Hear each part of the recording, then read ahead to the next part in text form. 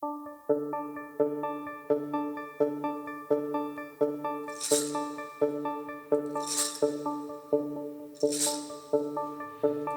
ora koutou. Hello everyone, and welcome to the Human Potential series, Authentic Awakened Action, where we explore the possibilities for taking purposeful action amidst the challenges we face in an increasingly complex world. I'm your host, Pippa Hayes, and I'm part of the Earthbeat whānau or family. Earthbeat is an annual festival that takes place in Aotearoa, New Zealand, with the kaupapa or purpose to create transformation and celebration that inspires and empowers new ways of living in this world. Our event was set to take place in March this year, and after months of planning, we were first forced to pull the plug 4 days before the gates were set to open due to New Zealand's first coronavirus lockdown. 2020 has been a year filled with upheaval, uncertainty, and unknowns in this world. And while not being able to connect in person as we have before, our team wanted to reach out to the local and global community and harness this time of isolation, lockdown, and disruption, and light a guiding candle to help us see us through these stormy days. We had a beautiful first series with a wonderful group of speakers offering us their wisdom and insights. And today we're very excited to kick off our second series, Authentic Awakened Action. Before we begin our series, I want to, and before I bring in our very special guest, I'm going to share a short karakia or traditional prayer from the Māori, the Indigenous people of Aotearoa, New Zealand, to bring us to get together and give us an intention for our kōrero or talk today. Tuia ki runga, tuia ki raro, tuia ki roto, tuia ki waho. Ka rongo te ao, ka rongo te po. Homie, huie, tai ki e. Unite above, unite below, unite without, unite within. Listen to the night, listen to the world. Now we come together as one. Earthbeat is an organization that believes in the importance of human connection to place. So with these words, we want to honor this land of Aotearoa that Earthbeat was born on, Te Reo Māori, the language that evolved with this land and its Indigenous people, and extend this honoring out to all parts of the earth that endlessly support our human existence and the caretakers and guardians of all those places. Adyashanti, or Adya, as he's known to many, is an American-born spiritual teacher in the lineage of Zen Buddhism, who is devoted to serving the awakening of all beings. He has been teaching for more than 20 years. His teachings are an invitation for us to stop, inquire, and recognize what is true and liberating at the core of our existence. He is the author of several books and has taught throughout the US, Canada, Europe, and Australia, and has followers in more than 120 countries around the world. In 2000, he established Open Gate Sangha, a non-profit organization which serves to make his teachings and those of his wife Mukti available to all those who sincerely yearn for peace and freedom. For Adya, spirituality is not something set apart from life. Rather, it is a plunge into the very heart of existence.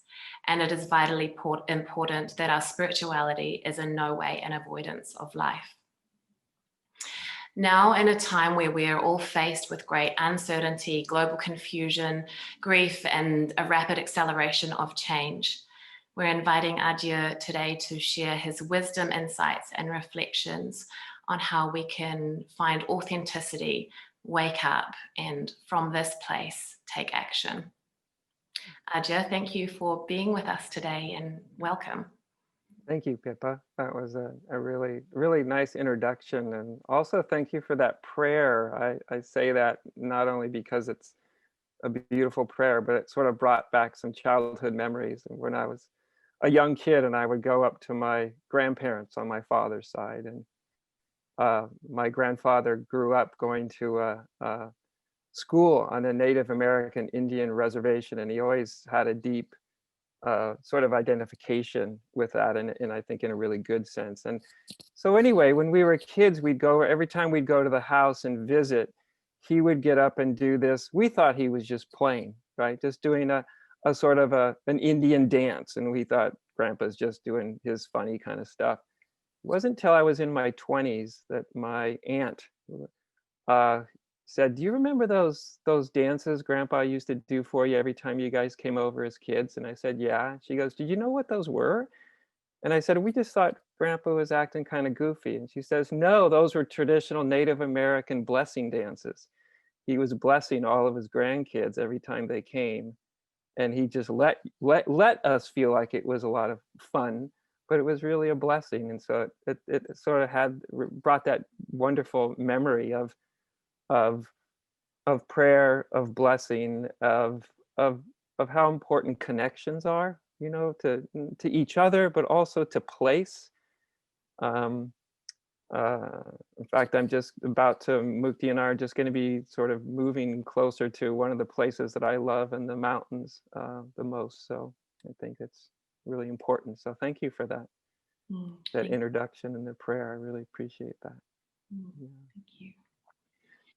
And like you said, you know, we're in an interesting time, let's say, where I think almost anybody feels various kinds of challenges, you know, in their life, whether they're the environment, some of certainly the racial challenges we have in this country, with the politics, I mean, you could kind of the list goes on and on and on. And I do think that our spirituality can play a really important part. And I think it really depends on how we view what our attitude towards our spirituality is. You know, we can either think of it as a sort of safe haven from the tumultuous nature of the world and maybe even one's own psyche.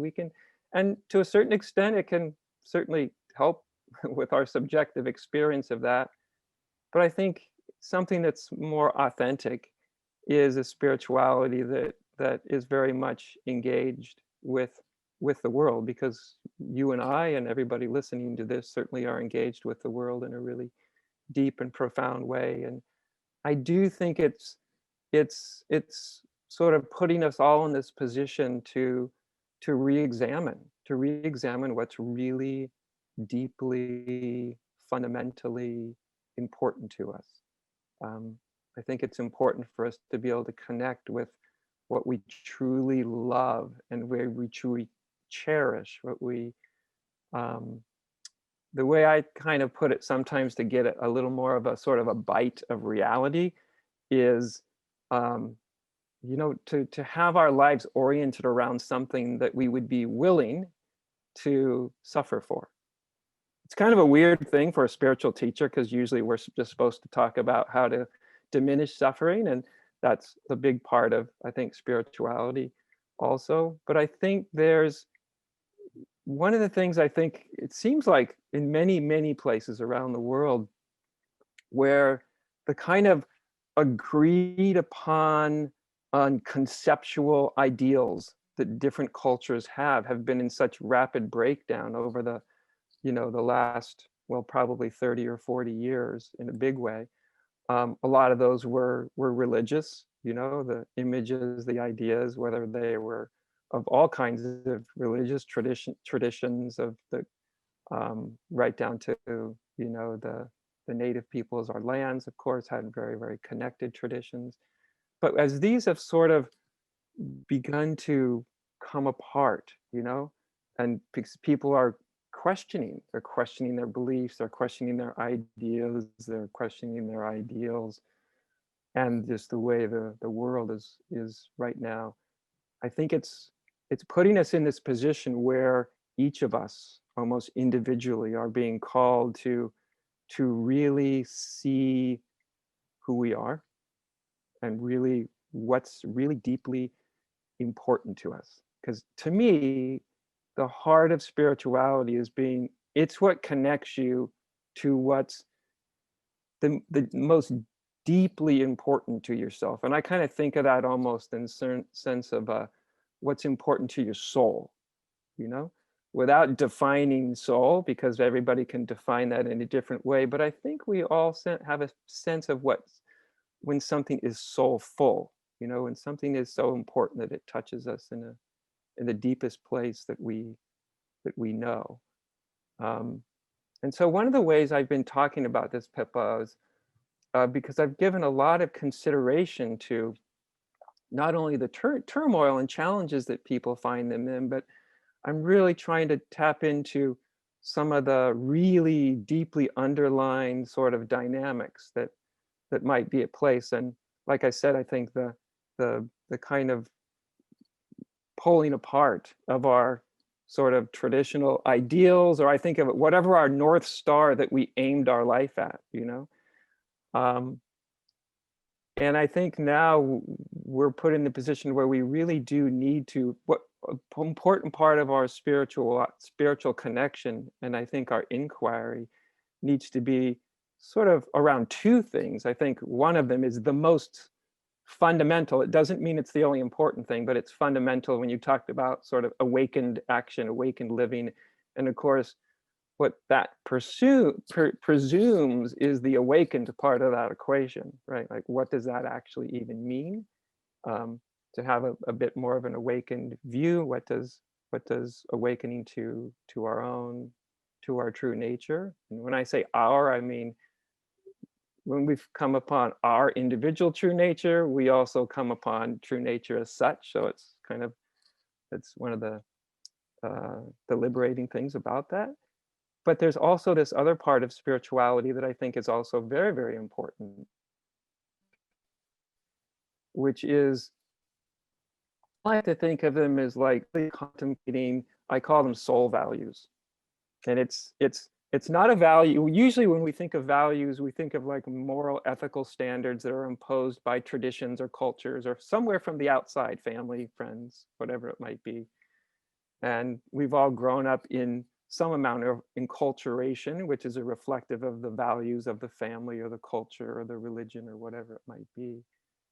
But when those come into a time and place, which we're in right now, where there's so much sort of challenge and breakdown, it really necessitates us really looking deeply, sort of taking on a certain kind of responsibility on our own shoulders, so that we're having to do our own sort of deep dives into that soulful level, whatever we would call that, our true nature, our soul, our, you know, there's a million and one words for the core of our being. But, and I think when we do touch upon that which is soulful, let's say, right, which is really important. One other way of that kind of helps to clarify it is like, well, one of the questions I ask people is like, what would be so worthwhile orienting your life towards that you would be even willing to suffer for it? Doesn't mean you will, but it means, because it brings a kind of reality into the equation, doesn't it? Right? What would I be willing to suffer somewhat for? You know, have inconveniences at the very least, you know? What's, so anybody that's listening right now that say has had a child, right?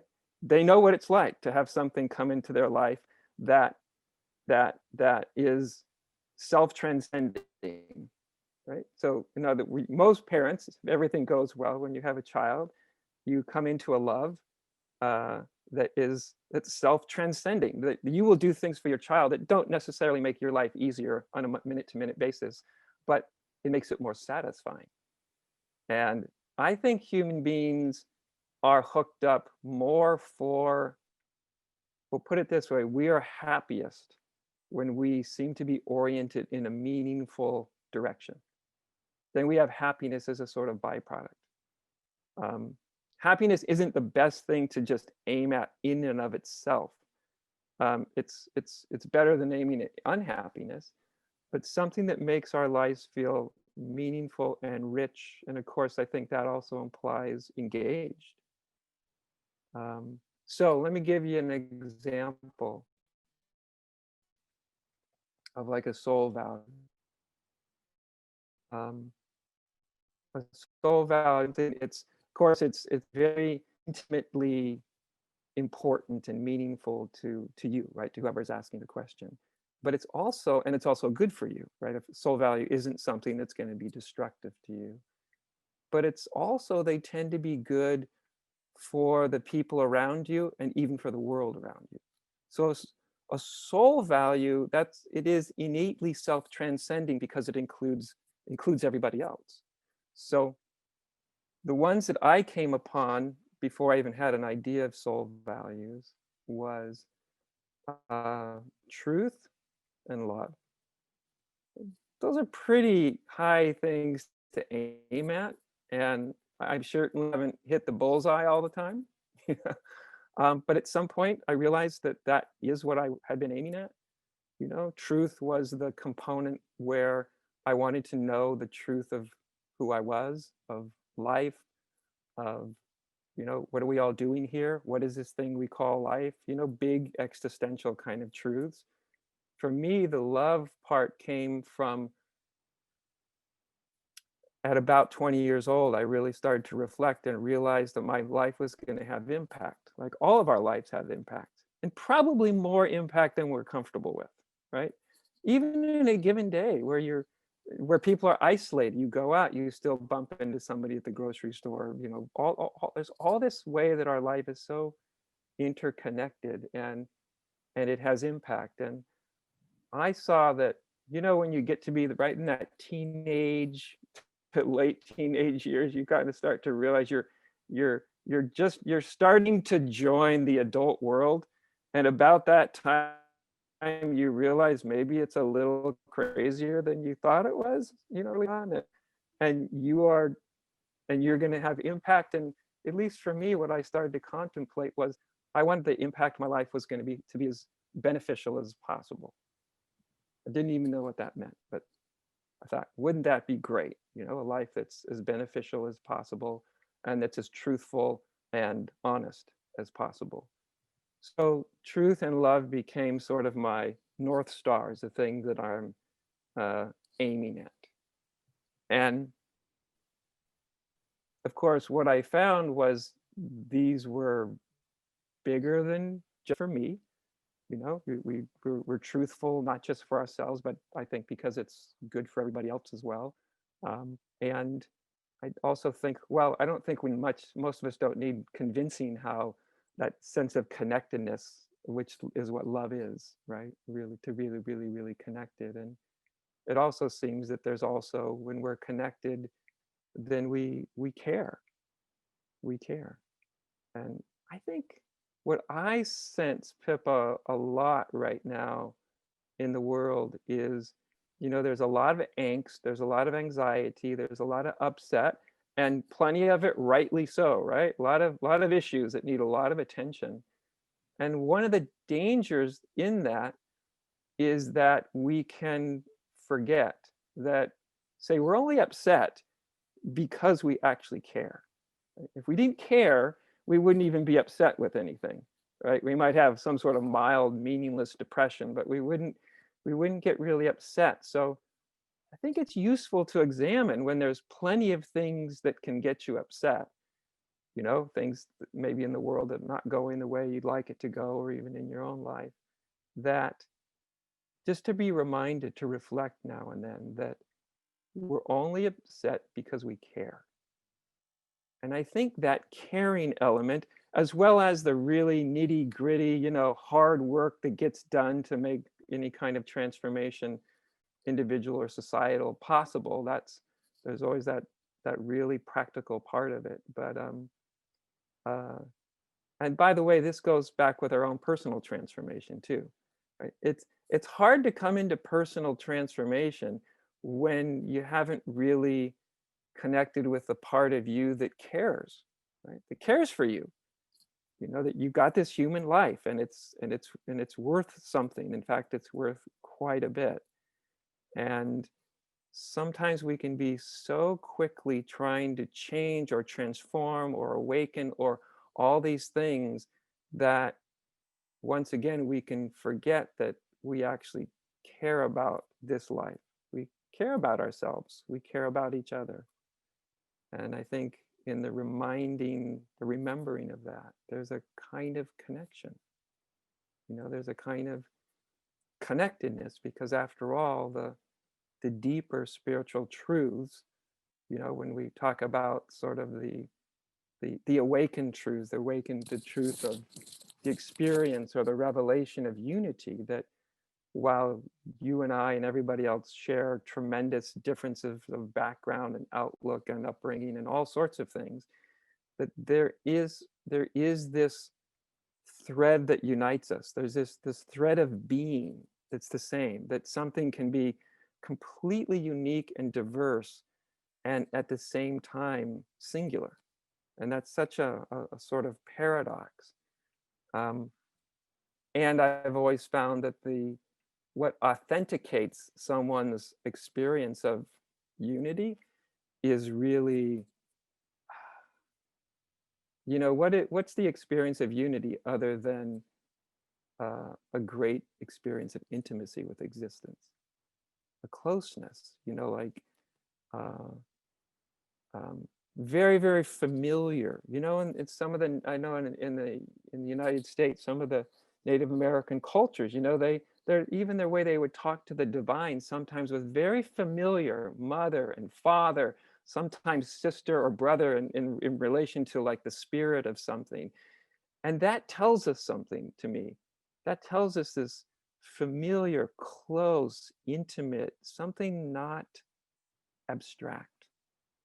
And so I'm kind of painting a sort of big canvas here. And I know I've moved around in a number of different ways. So I'd like to kind of gather it together so it sort of ties together.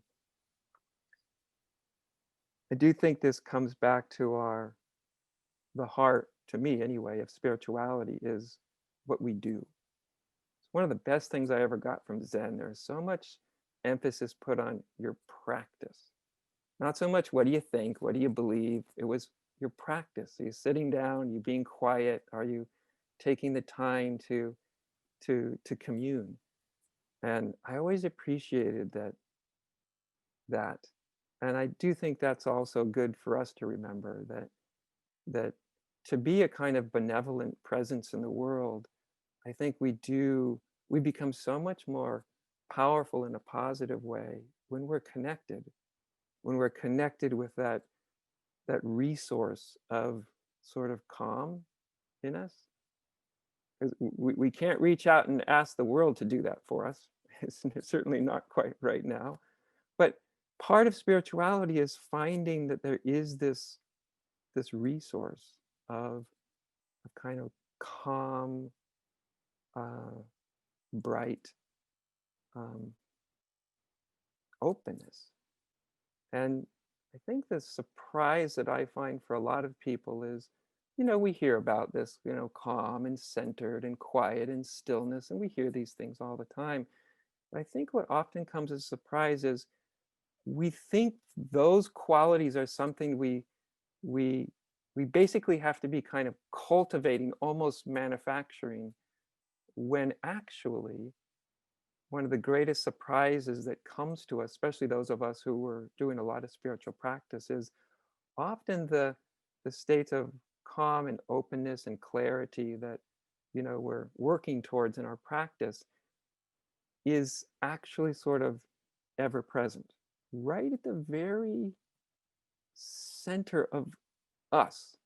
So to give you kind of just a quick example of that is, if you just ask yourself, and this is to everybody, this is to myself included, I'm doing it right along with you, is there a state of stillness or quiet before I even go looking for it or try to find it? And so you just sort of ask that question and see what it evokes. Is there a state of sort of peace or silence that's there before I even go looking for it, which means before I go searching for it or trying to produce it through a technique or something?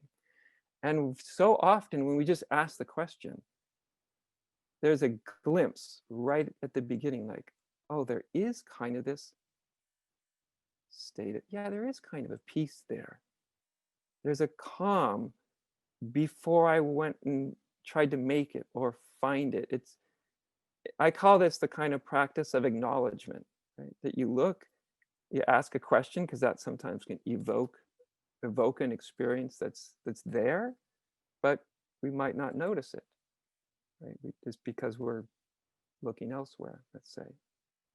So I do think a kind of practice is a really, whether it's meditation or chanting or singing or prayer, or there's the the the kind of practice I think that's most relevant to us is whatever practice helps you feel the most connected, the easiest. It's a great guide, right? Just whatever helps you get really connected, uh, um, without too much struggle along the way. That's a good practice.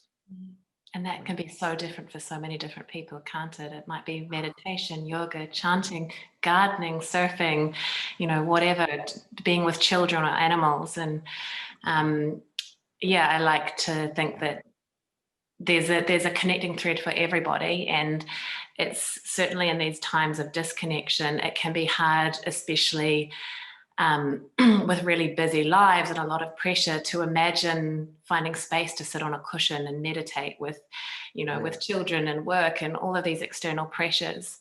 So I really like and appreciate the offering of find that thing that makes you feel the most connected. I think it's vital. My teacher, who is a woman, and she raised 5 children as she was on her whole spiritual search. Of course, by the time I met her, they were out of the house and gone. And people would ask her, they would say, gosh, I just don't have time, or, and of course I would love, because I knew the answer that was coming after I was around her for a little bit. And she would just say, she would say things like, oh, what I realized was, I'd be driving my kids to school and there was those 2 minutes at the stoplight. And I could do anything I wanted with those 2 minutes. Or she said, or I'd be picking them up and I'm waiting for 10 minutes before they come. There I have 10 minutes where I can kind of really be present. Or washing dishes was always a good one for her. She got really connected washing dishes. I didn't realize that until I got to be like 50, and then I started to realize that can be a nice connection point. But I do think it's different for different people. Yeah. If you don't feel like you can sit down and you can meditate, then go for a quiet walk. And if that doesn't do it, then listen to a piece of music that can kind of soothe you. And yeah, I think the idea that there's one way to go about this is one of the most unfortunate ideas that we human beings have come up with. Yeah, and I do think everybody has their way, their thread of connection. And I find sometimes people are trying so hard to fit in with somebody else's way of doing this. It could be my way of doing this even, right? That if they're not careful, it disconnects them from finding those threads of how their true nature or how spirit operates in them, right? Because they're so busy trying to do it the way they think they should, that they haven't just went, oh, well, how does the spirit speak in me? What are its sort of subtle intuitions?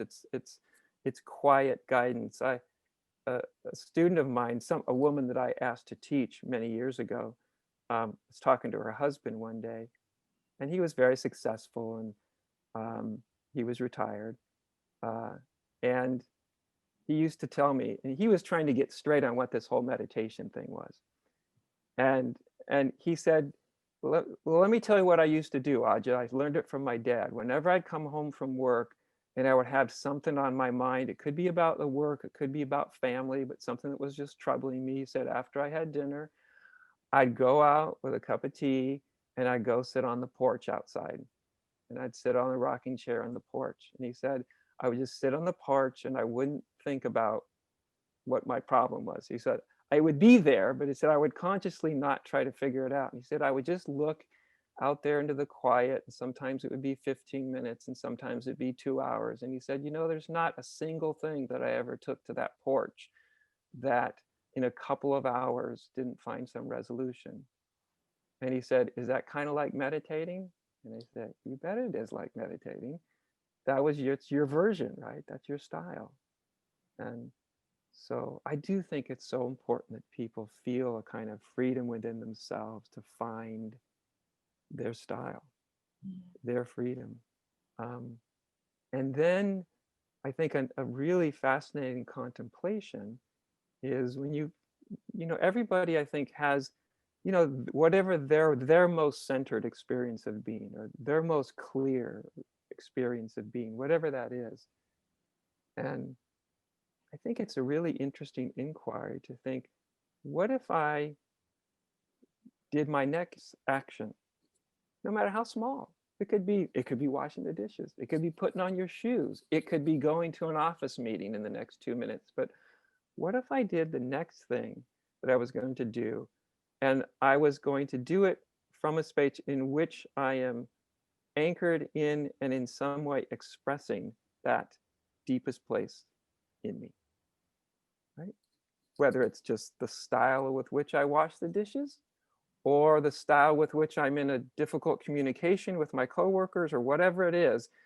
And I've given this to lots of people, and they always find the same thing, that when they're in a connected place, if they're not sincere, honest, and real, they lose the sense of connection. Physically, like just intuitively, it's no longer there. And as soon as they're honest and real and straightforward, they also feel a kind of interconnectedness, which is a kind of an intimate connection.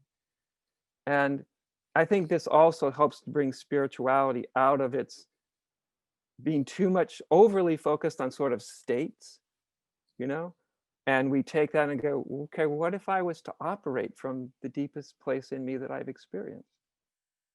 How would I have a conversation? What would I talk about? Or maybe more importantly, how would I listen? That may be more important than what I'm going to talk about. So I think just going right into whatever your more meaningful experiences to each person is, and then just challenge yourself a little bit, right? Like, okay, what if I did one activity today that was going to be a conscious embodiment of my own depth? Just one today. And I find when people do that, after about 4 or 5 days, they're voluntarily choosing 3 a day, or 4 a day, or 5 a day, because it feels so aligned. It feels so right. It feels so, and even more than that, it feels important. In a world, I think, where so many people don't feel like their life has significance and importance. I hear that a lot. Of course, it's not true. People's lives, I think it's just the opposite. If people really knew how influential and important their life was, it would probably terrify them. The amount of actual influence that we have in even just the average everyday life, where it has a lot of impact.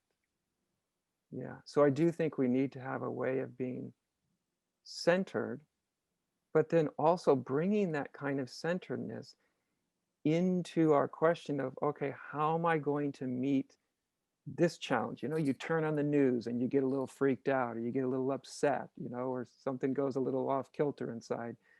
And like, okay, how am I going to be with that right now? What if I was that from the deepest part of me? How would I be with that? How would I respond to it?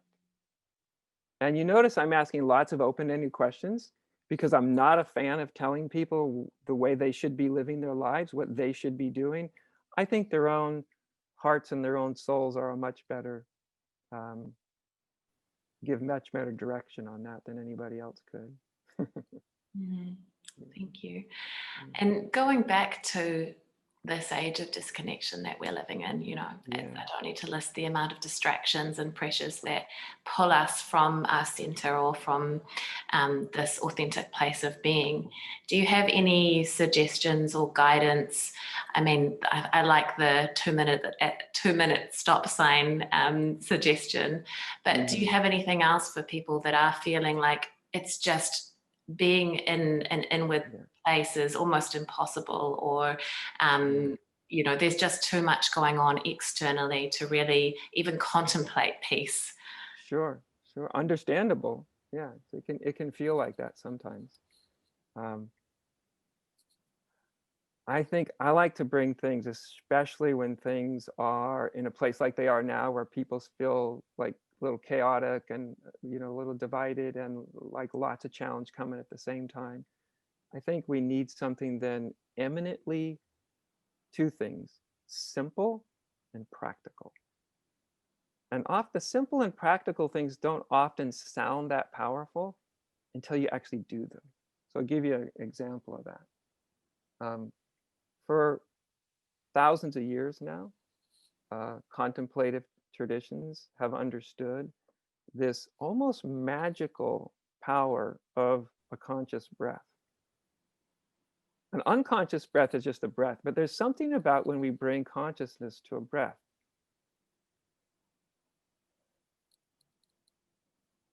I mean, any of our listeners can literally bring consciousness to one breath, just one.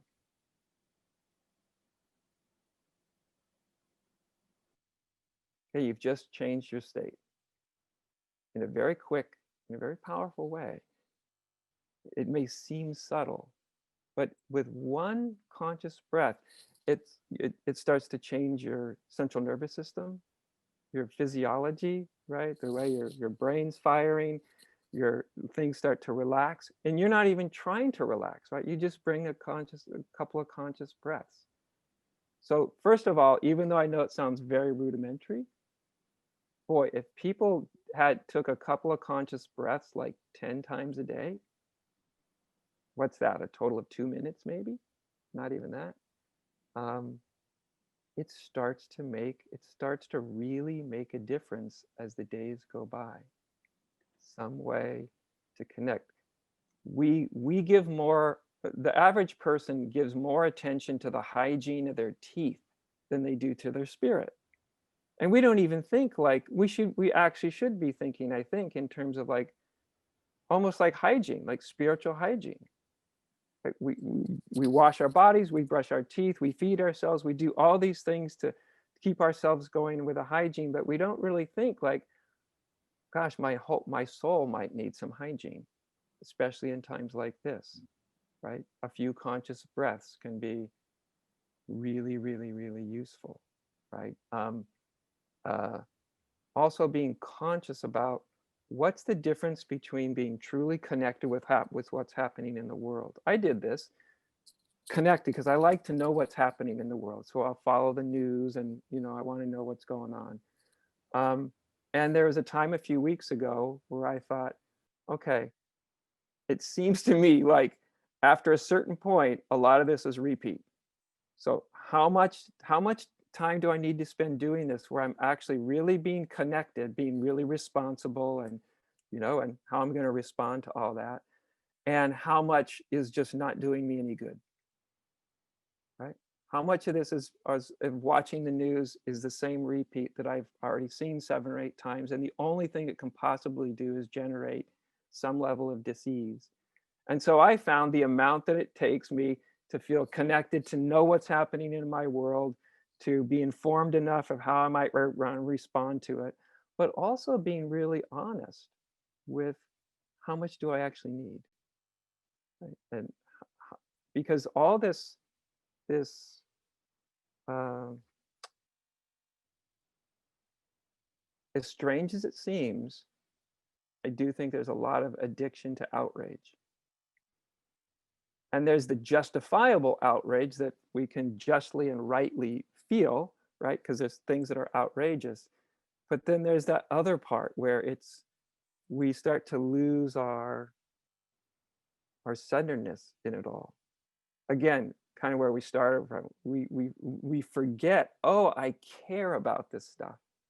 That's why I'm anxious about the environment or the political state or whatever it is. It's because I actually care. And I think, okay, take a moment, take 30 seconds to just let yourself feel the fact that you care, right? That you actually love the earth.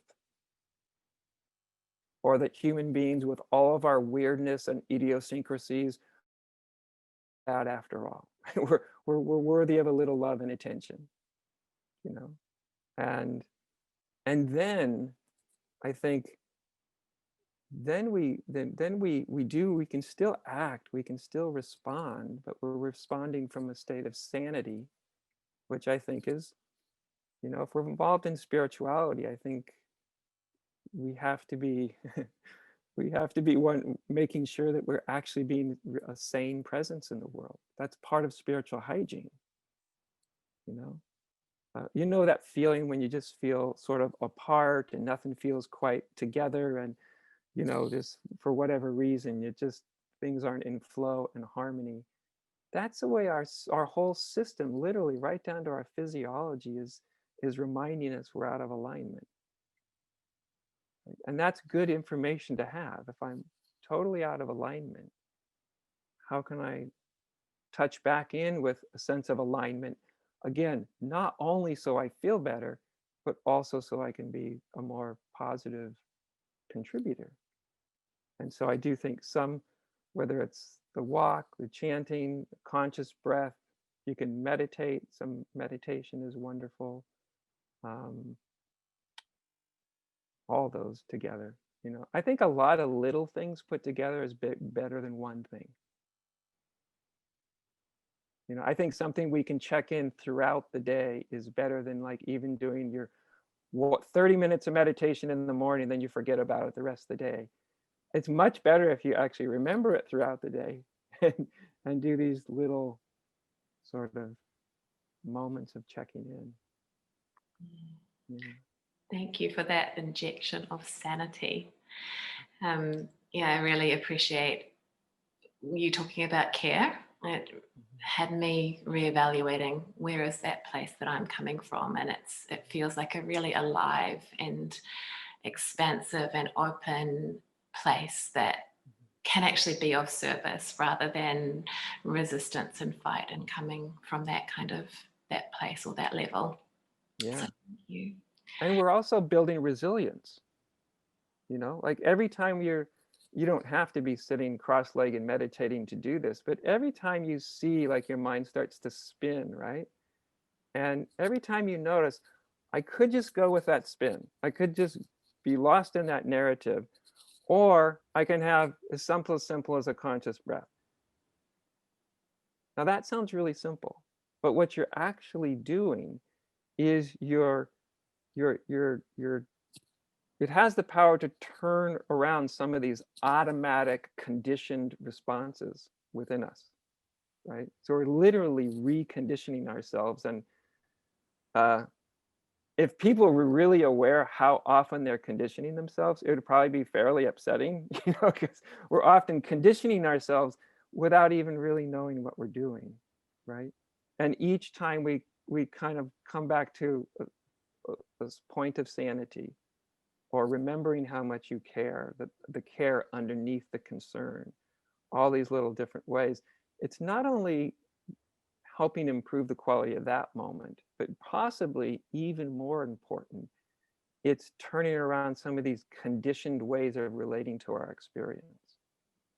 Because this is where some of the greatest freedom really is to be found, is when we realize that it's the way we relate to our conditioning, to our experience, that is the difference between freedom and bondage.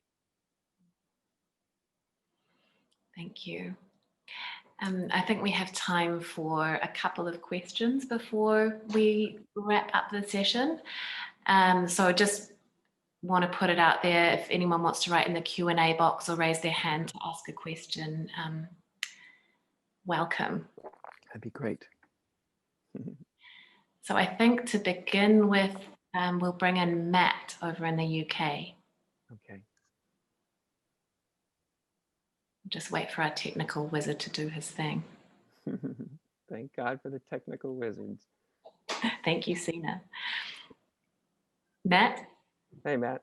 Thank you, Pippa, and thank you very much, Adya. Not just for your talk today. I've been a student of yours for a few years now. I've been to retreats with you in California and in the UK, and I've always found your teachings to be of great value, of offering great insight and inspiration, particularly at times of challenge and difficulty. So first of all, I just wanted to say thank you and voice my appreciation for that. And also, just a few days before this session, I was listening to the talk that you gave about and reflections you gave on the racial tensions in America. And there was one thing, two related things that really stood out for me in that talk that relate to kind of things in my own life path at the moment. Firstly, it was about the process that you went through in terms of how you decided that you were going to respond to the racial tensions, and how you had tried a few ways before kind of stumbling on what felt like the authentic response for you. And you talked a little bit about how that related to your own nature and your own calling in life, and what you therefore had to offer that was your unique gift to the situation. And then you also talked about leading figures who were talking about the racial tensions, who had dedicated their life's work to that cause, and how that had really stood out for you, and was very inspirational for you in how they were responding to what was happening, and that you very much thought that that was their calling. And I was kind of thinking that when we're really answering our calling, that's kind of feels to me one of the most authentic, deeply authentic ways that we can respond to any situation, and in what we can give with our life in general. And it's something that it's something I'm reflecting on quite a bit in my own life, is how can I maybe get more in touch with my calling, particularly in response to the events of the world at the moment. And I was wondering if you could maybe speak a little bit to that and share some reflections on that. Sure, I can speak a little bit. Thank you for that, by the way. I appreciate what you shared. It's very articulate, so that's really, really helpful.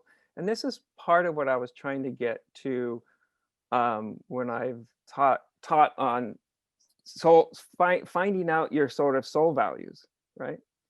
And that's not an easy process, I've found, for most people, right? So I've learned a lot by talking about this, and you realize for some people they kind of have a quick connection point.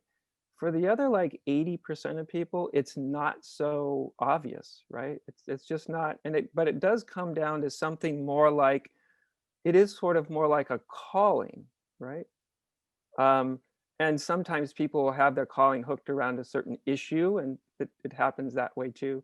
But I think there's often almost something a bit more like principles, which is really what I'm getting at when I'm talking about like a soul value, like what's really, really important to you.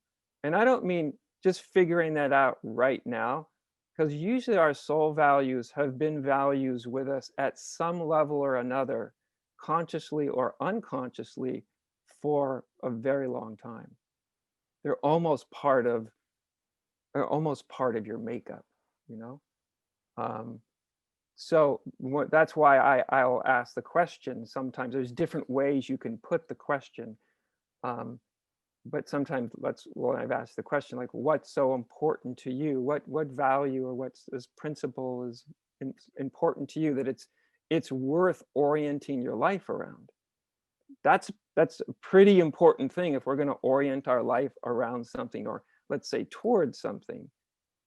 I think for most people, there are certain like principles that would hit a sort of resonant note of it. They would inspire them in some way. Like something would just sort of dance a little bit more inside when you thought. That's why I said the things that made me dance inside were truth and love, way before I had any idea what those really meant, you know? But I think that that's a really good place to start. And the nice thing about connecting with a principle or like a value, as I said, is because those are things that we can carry into any and everything we do. It's not just a cause, let's say. Causes can be important too, but a value is something that's going to dictate how you are in every situation. So it's not limited to a particular situation. And I think that's important too. I was wondering, when you think of that, what comes up for you, Matt? Like when you, what is a kind of value that you have found in your life inspires you sometimes, whether you see somebody else doing it or representing it, or you've come upon it in yourself or somewhere else? Is there anything that kind of hits that note of resonance for you? Well, it's interesting you talk about the soul values, because I did the Take the One Seat course, the online course you did, ran a couple of years ago. And around that time, I did have a little bit of a reflection on that. And there's something within me has a very strong calling towards peace. Whenever I sit in meditation, the aspect that kind of shines most brightly for me is that in deep meditation, the feeling of peace that kind of just pervades. That seems to be very, very deeply satisfying. And I haven't actually kind of reflected on that course and those teachings for a little while, but hearing you talk about it today, maybe that's something that I can revisit and reconnect with. It might be, your experience will tell you if it's fruitful, but you might find that it is fruitful. I mean, the first things that come up, this is the level that I have taken it, right? And I started doing this at about 20 years old. I'm 58 now, and I still do it. If it was something like peace, let's say, and I might be there like mowing the lawn, let's say, or taking the trash out, or doing the dishes, and I'd be like, oh, how do I do this if I was the most intimately connected with my value of peace right now? And I just ask like a question, and I wouldn't jump in with a quick answer because I want to evoke some living response rather than something I just think through. But all of a sudden, there I am, and I notice I'm holding the dishes just a little bit different as I'm washing them. Oh, that feels somehow strangely more peaceful, you know, not something phony where you're trying to be like overly spiritual, but something that feels natural, right? Something that feels innate. And so I would just take that one thing and just start applying it and start really small, because then nothing, you won't feel like there's anything on the line, anything at risk. Just start in small ways, and maybe something else will show up, right? It may start peace today, and then peace might reveal something else, or it might stay the same. Yeah.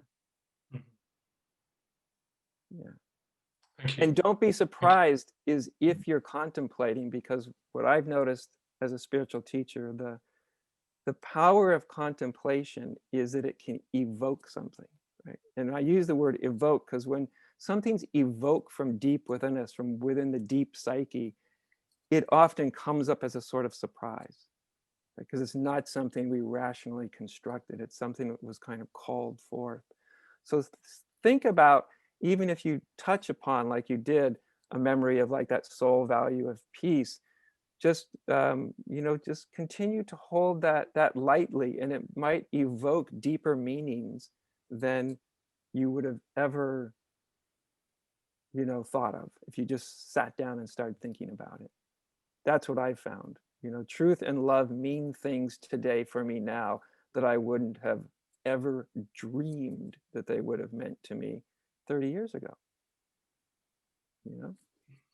And I hope 30 years from now, what I now see as truthful and meaning and loving seems, hopelessly in the rearview mirror. I hope that something keeps moving in that direction. I don't think that there's an end point. So thank you for the question, Matt.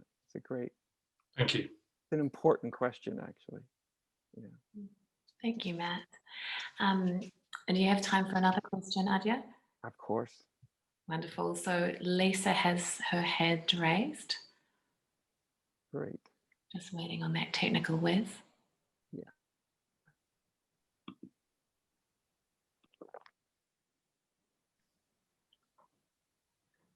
Hello? Am Hi, I on? Lisa. Hi, Adya. Hi. Thank you so much. Sorry, I'm just some technical issues. I can see you now, Lisa. Thank you for your time today. I have a question. I've been meditating on this for a while, and I read a statement a number of years ago, and I'm not sure if it was from you or from another teacher. And it went something along the lines of, if you're awakening to your true nature, or your true nature's awakening through you, and your partner is not on a spiritual path, that you'll separate like oil and water. I'm wondering if you think there's any truth to that statement. Well, first of all, it wouldn't have come from me. I don't think. Yeah. This is just, I'm in a nice position because not only do I have my own experience, but I get to teach this. And so I see people go through their version, right, of their process. So this is what I've seen with relationships. A spiritual awakening, if it's, if it's real, if it's something that's fairly deep, fairly profound, what I find is it enhances that in your life, which was basically more or less built on truth to begin with, right? I don't mean perfect. I just mean more or less on a foundation of truthfulness, honesty, sincerity, love, things like that.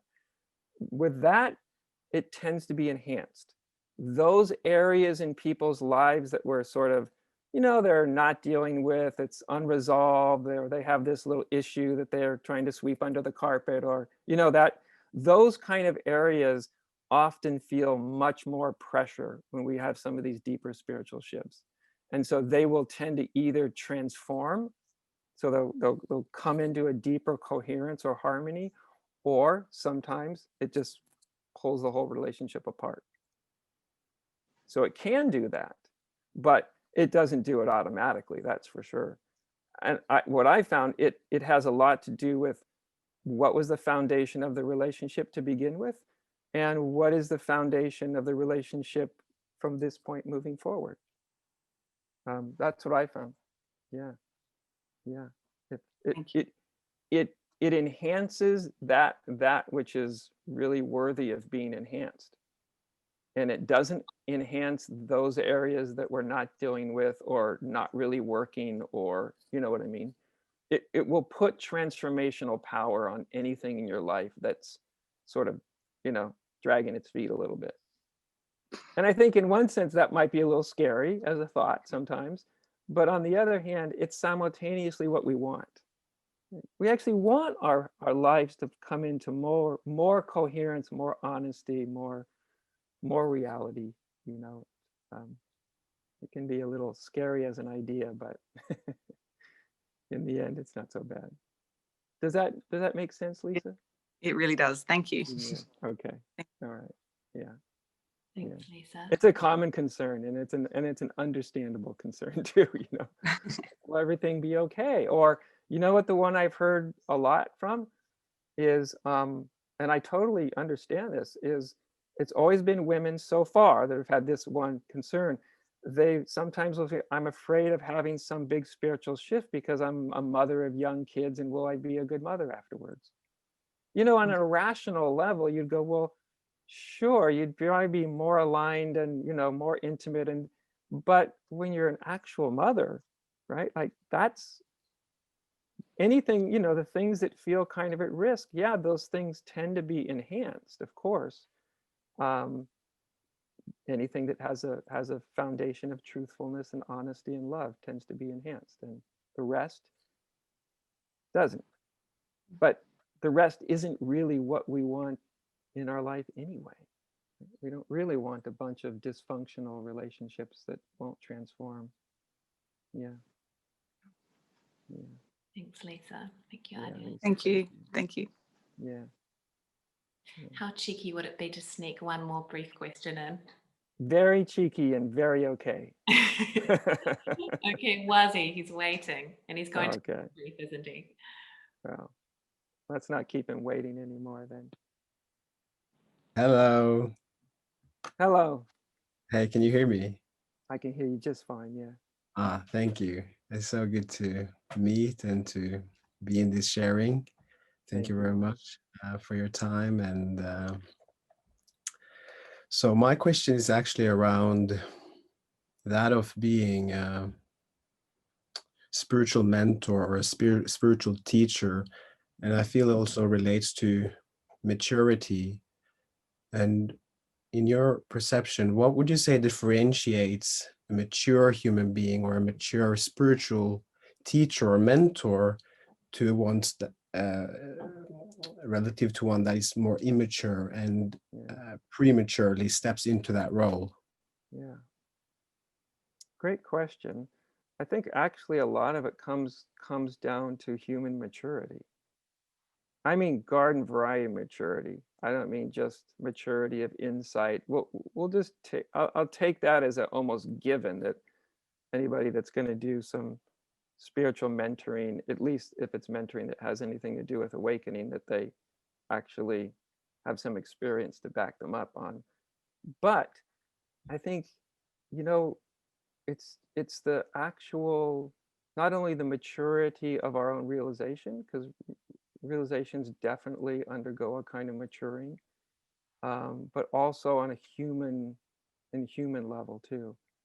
But boy, there's very few things that you could choose in life to do that's trickier than to be a sort of spiritual mentor or teacher. It's a tricky area, and you really do need to have your sort of baseline human growing up part pretty well established, you know, because there's 1,001, you know, ways that you can very easily just sort of, and even innocently sort of walk off the, you know, start to walk away from your integrity. So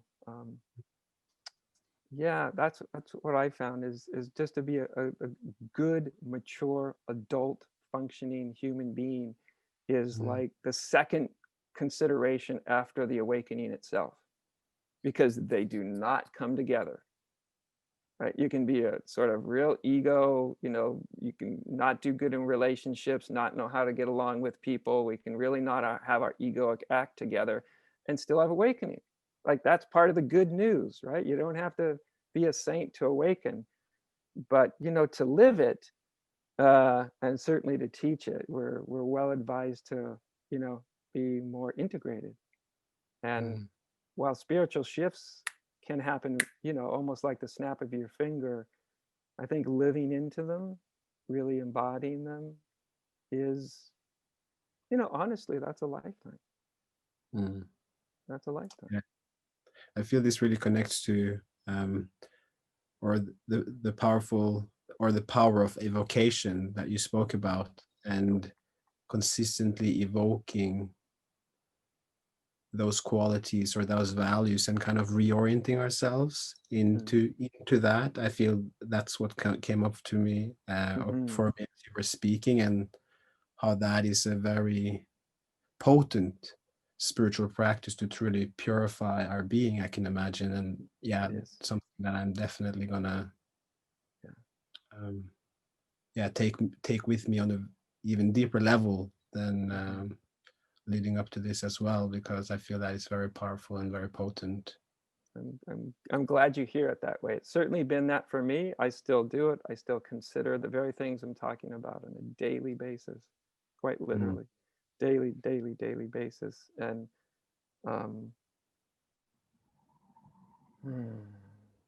one last thing I wanted to say, if I can remember it here. One thing my teacher told me, and I think this is not only good for spiritual teachers, but just it's a good human being thing. She said, you must always make sure that you are your own best student.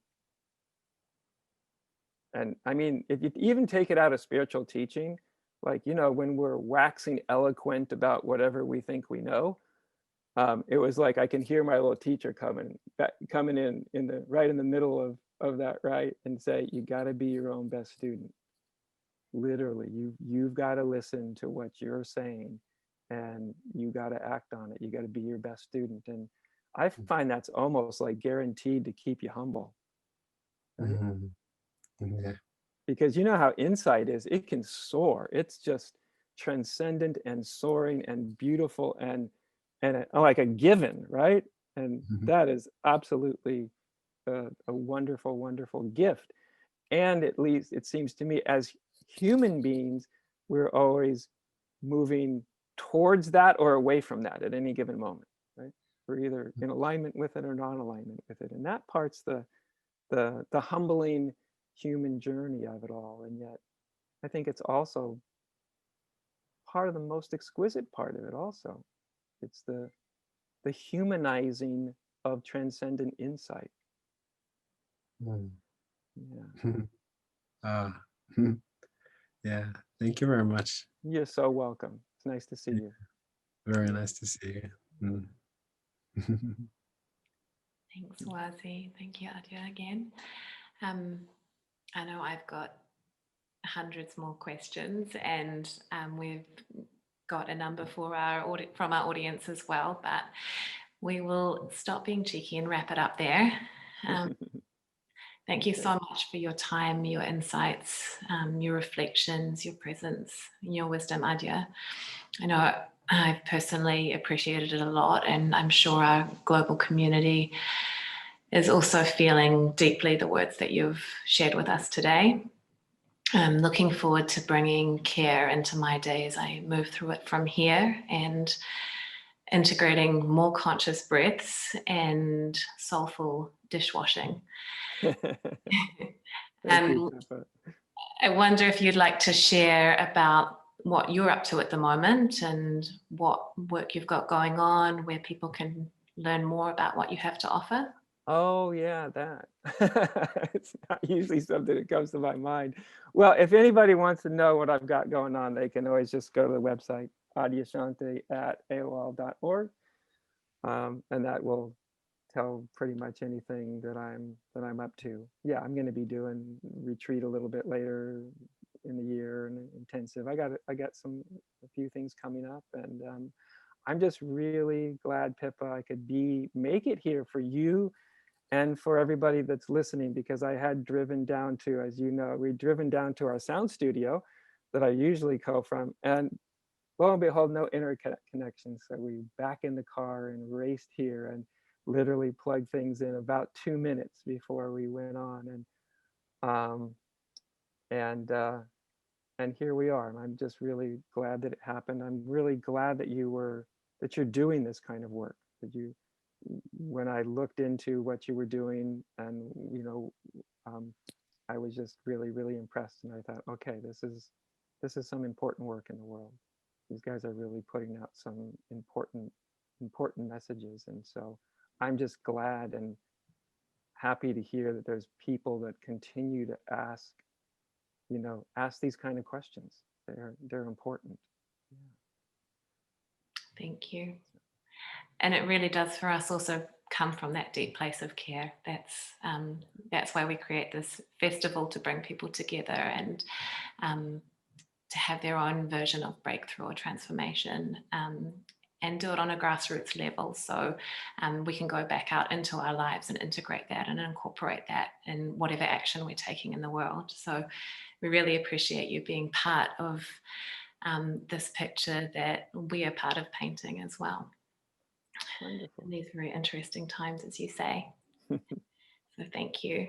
And if anyone wants to learn anything more about our series, this is the first of our series, Authentic Awaken Action. We've got more speakers lined up, so visit earthbeatfestival.com for more information, and we appreciate your support, donations, reviews, and feedback. And again, thank you so much, Adja, for your presence today. And aroha nui to everybody. Much love. My pleasure. See y'all. Thanks.